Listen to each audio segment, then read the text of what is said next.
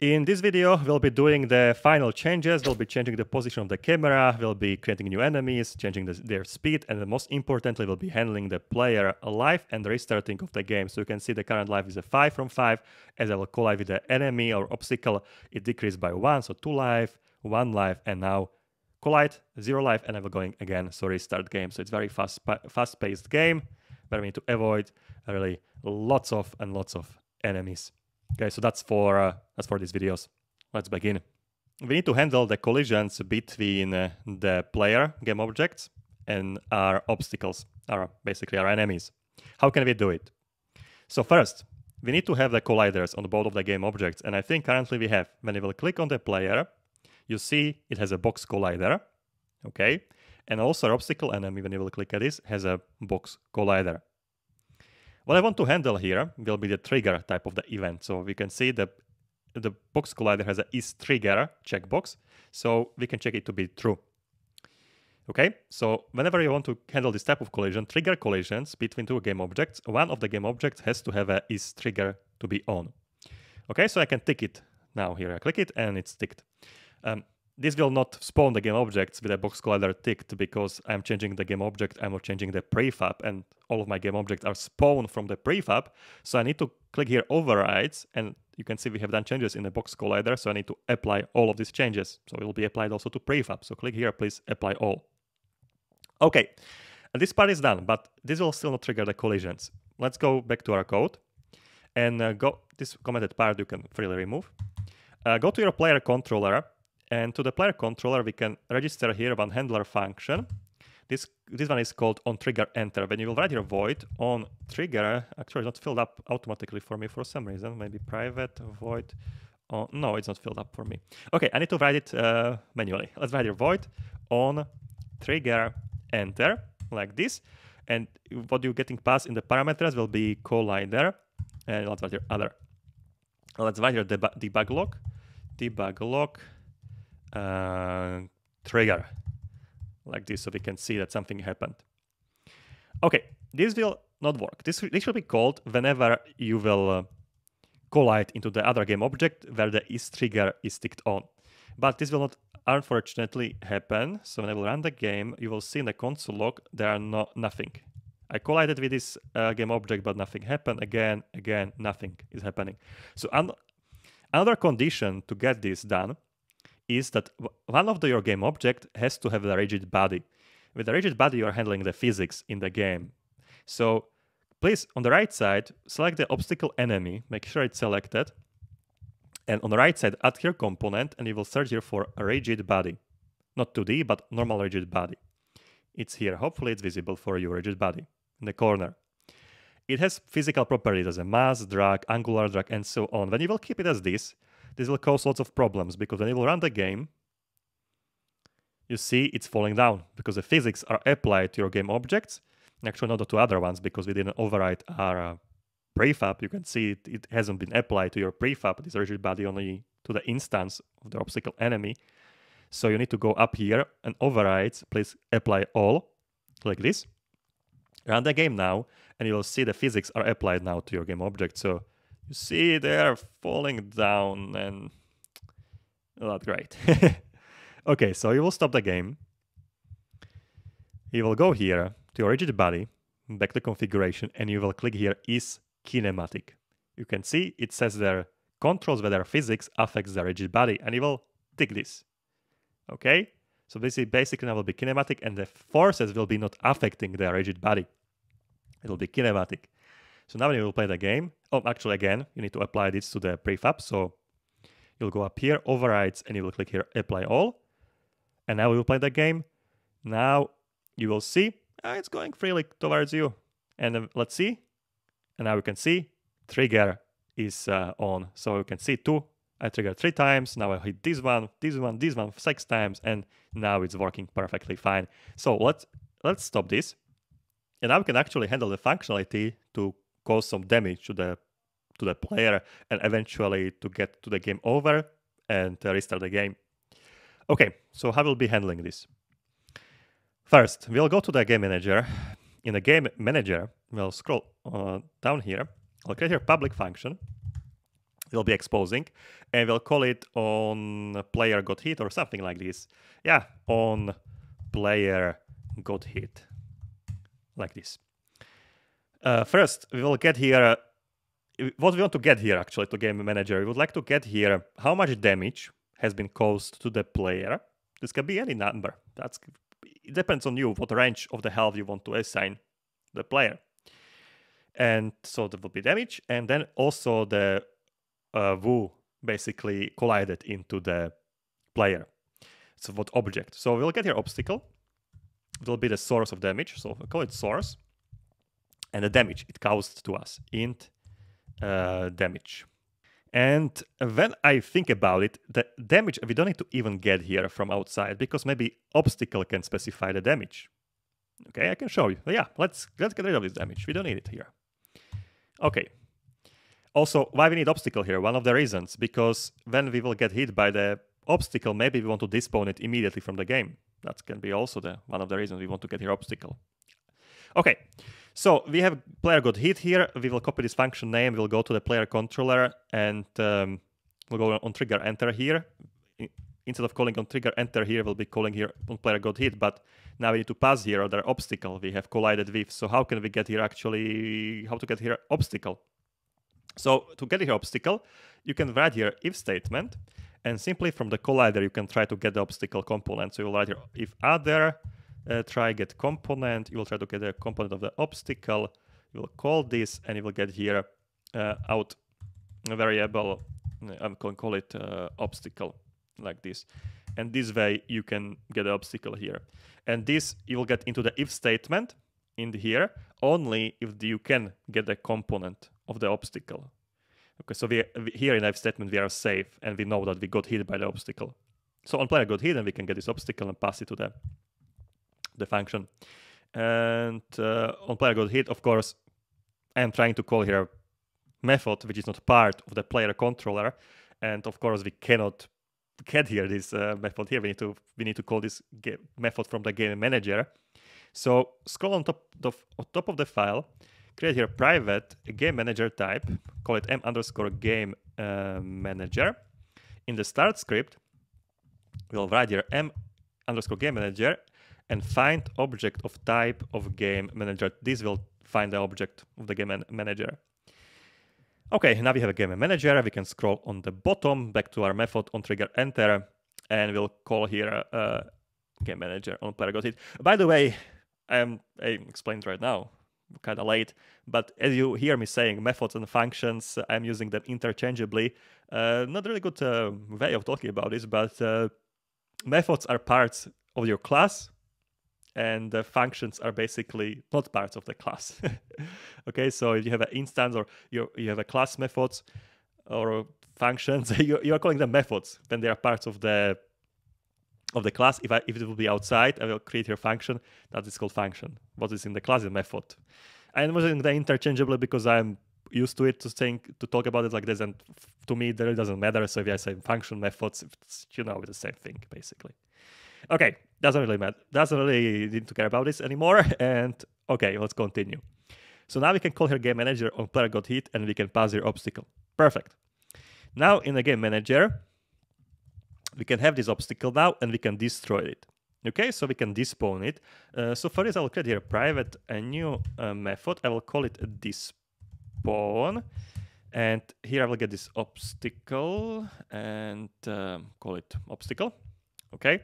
And to despawn the game object, we need to remove it from the list and destroy it. So get here our active spawn, remove, and remove obstacle, and destroy it. So destroy and obstacle game object. Oops. Obstacle game object. Perfect. And let's call here despawn when we got hit by the obstacle.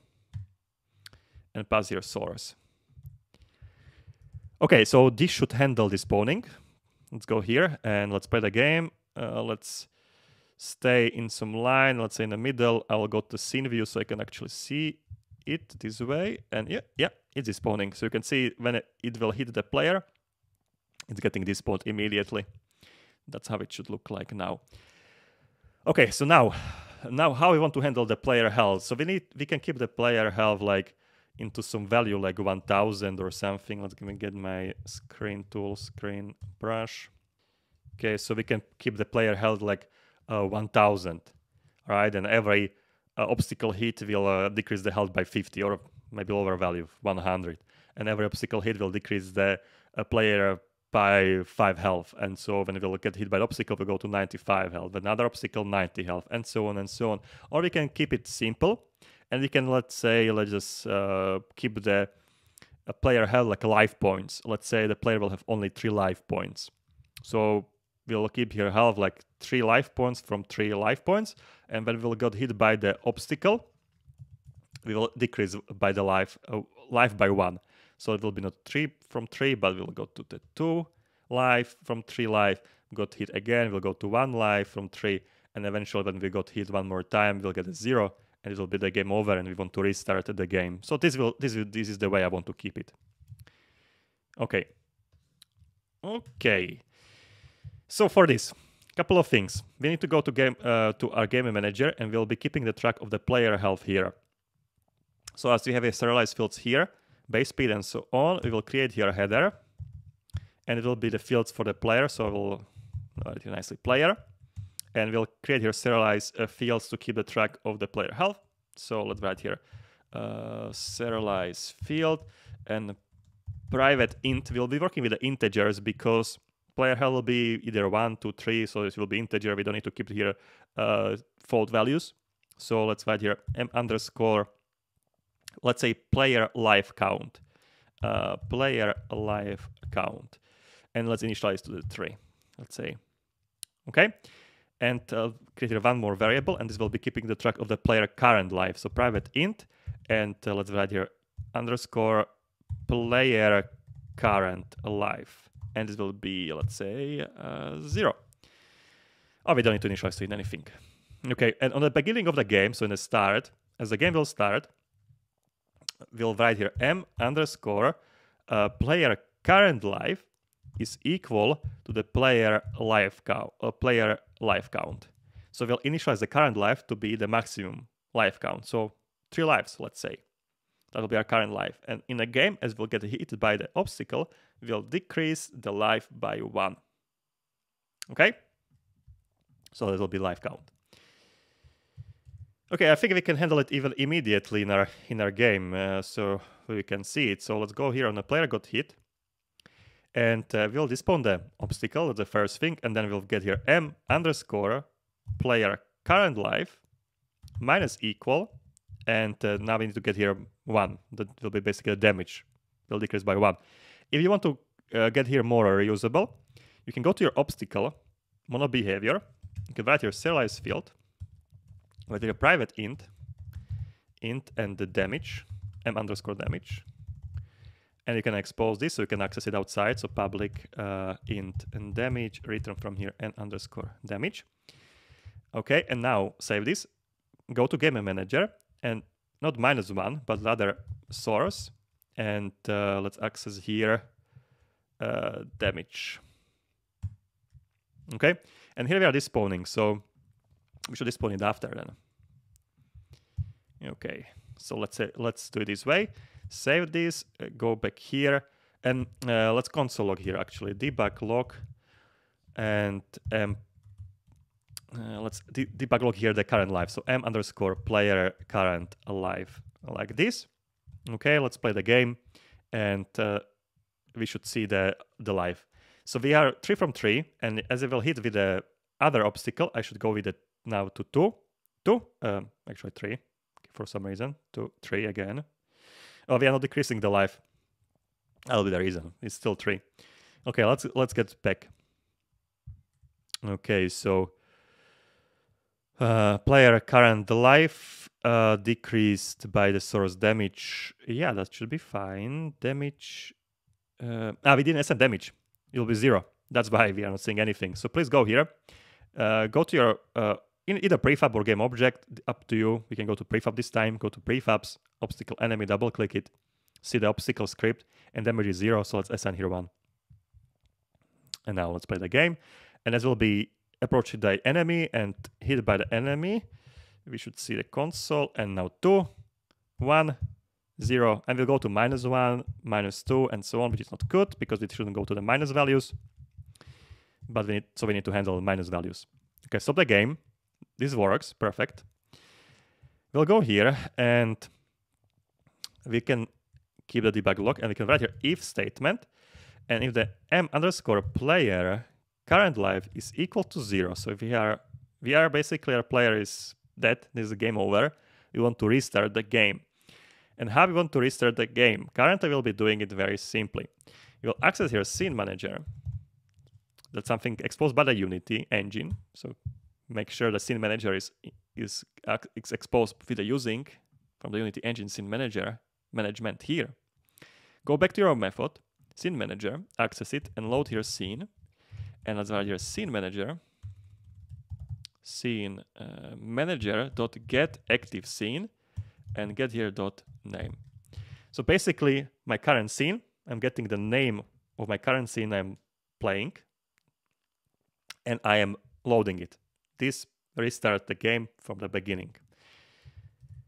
Okay, we didn't talk about the scenes, but the scenes is your current view, your current hierarchy, what you see here, current of the game objects and whatever here is called scene. And then you will go to the project view down here, and you will go to run our game, and actually to assets, you should have your folder scenes, and here is a sample scenes, and that's a scene you currently see. That's your game, a game view. When you will play the game, that this scene is run. Okay, and the name of the scene is a sample scene. So what I'm doing here, I'm loading here the sample scene, and I'm loading it again. This will cause the restart of the game because all of the game objects and everything is loaded as on the beginning of the game when you played it initially. So when I will play the game, and we will lose. So 2 life, now we're going to the 1 life, and now 0, last one, 0, and it's restart again. So we're going, you can see we are going back from the beginning, 0, and so on. So now when we lose 3 lives, we are playing again. Okay, so I'm handling it very, very simply, as you see here. I'm not overcomplicating the things here. Okay, so that's handled. What we are now missing is our UI. So we would like to keep the track of our life. Also, we want to display it in the UI, so it's visible how much life we have still. Let's do it. First, let's remove this debug log because we don't need them anymore. Let's remove this. Okay, we'll go to our game in editor. And to create something on the UI, on the view, you need to go to your hierarchy, left side, right click here, create here a UI now. So go to the UI and you will create here canvas. Let's find here canvas. Down here is a canvas, click at this. It will create a canvas. You can double click the canvas. It's here, you can see this big rectangle, and click here 2D. In this upper view, you have a 2D next to this light bulb. Okay, and it will create, that's how your UI will look like in the current view. That's how when you can now place the UI element on the screen, and they will be displayed also in a game view. I will show you the example of this. So in the canvas, let's right click here, and we'll click here that's some text on the screen, okay? So we'll go to the UI again, and we'll click here, we'll create here text. So somewhere here should be text -text mesh pro. Click at this. It will create a text on the game. And to use the text mesh pro, you need to import TMP essentials. So please click here, import TMP essentials. It will install this package very quickly, and you have a text on the screen. Now you can close this. And here you have a C on the middle of the screen, you have a new text. When you will go to the game view, click here on a game, you can see the text is exactly on the middle. So this canvas, when you will on the scene view, this rectangle here represents your game view, and this text here is on the middle. So in the game view, when you will play the game, the new text will be in the middle. See? So we need to place it in the right top corner. One more thing here with the canvas here. When you click on the canvas, here are some options here. And here in the canvas scaler, here you have a constant pixel size. So this will be constantly keeping the same text as you see it. When you will make it smaller or larger screen, you can see this text is always the same. But when you want to scale the text on UI elements as you are changing this resolution of your screen or dimensions of the screen, you will choose here not the constant pixel size, but the scale with screen size. You'll select this. And now when you will be doing this, you see also the text is getting smaller and larger depending on the size of your screen. So we can keep it this way. Now, you will go back to your scene view. And this text what we have on the screen, this text TMP, we will rename the name of the game object and we'll call it score_text. Press enter, and we want to place it in the top right corner. Here, when you will scroll more to the text, you can see this blue circle in the middle of this element. This is a pivot point. You can change the pivot point to some other place on your game object, and this game object will be attached with this pivot point. So when I will drag this circle, you can see, make sure you are dragging the circle, not something else, because you can change and you can drag this. That's wrong. So you can revert this with the Command or Control Y on the keyboard, make it back to the middle. You can make sure you're dragging the circle. You drag it to the top right corner of this item. You can also do it through the settings on the right side. You can change the pivot here, as you have under anchors, you have a pivot, you will change it to the 1, 1, and it is top right corner. Okay. Now we can zoom it out a little bit. Now there is option in the rect transform how it will be attached. You can currently see it's a middle and a center, but we want to attach it to the top right corner, so we will change it. We'll click at this and we'll attach it to the top right corner. There's this option here when this yellow circle is in the top right corner here. See? This is how we want to attach it. Click at this. It will not change anything, but we need to what to change now is the X and Y position. So let's change it basically to 0 and 0. And it will be attached to the top right corner. Perfect, that's what we want. We can decrease the width of this a little bit. And here in the text input, where it says new text, we can say here, for example, 3 lives/3. So we have a 3 from 3. That's what we want to display, let's say. It's not very nice in the corner, so we can provide additional formatting. When you go to alignment, you can write here to the middle, horizontally, and middle vertically. Now it's nicely in the middle. When we go to game view, you can see it's here. Maybe we want to place it more to the corner. So we'll go back to scene view, and we will maybe decrease more of the width like this. Okay, go to game view, and now it's displayed in the top right corner like this. And yeah, we can keep it this way. Now I kind of like it. Okay, and now we can, in our game manager, as we will decrease the life, we can decrease the life here and display the different life in our UI. But first we need to access this element, this Text Mesh Pro UI, into our game manager. So what we need to do, go back to the coding editor, go up here, create here a new serialize field. Let's write copy, just under the life count, let's write here serialize field. This will be private, and the type of this will be Text Mesh Pro GUI. And let's access here, and let's let's call this variable score player health text. Okay, so that will be the access to this, and down here we will be changing this text. So we'll access here this player health text dot text, and now we can write here the new health. So here we can write 2 from 3 health. Of course, we don't want to hard code it, so let's write here $sign in front of it, so we can interpolate here variables. We can access here the actual variables, and instead of this 2, we will access here curly brackets, and we'll get here current life underscore player current life. We can just copy this and get here player current life, and here will be the maximum life, this 3, so this will be our player life count. So underscore player life count. That should be the variable. Okay, and now we can save this, go back to our editor. We need to, in a game manager, select the game manager, and as you have a player health text, we need to drag the player health text from the project. So in a hierarchy, we'll drag score text and we'll drag it into the player health text. So it has a reference to it. Now we can play the game. All right, and we should display here 3 from 3. And hop, hop, hop, and that's how it works. Of course, now it's pretty hard coded now, this 3 from 3 health, because when I will change the health now, when I will go to game manager and I will change the player life count to be 5, let's say, it still will say 3 from 3. Okay, because it's hard coded. What we need to do, stop the game, go back to your coding editor, and as you have this player health text, copy this entire line, go back to the start method up here, and as you have a current life equal player life count equal to player current life. Under this, just copy this. Okay, let's save this.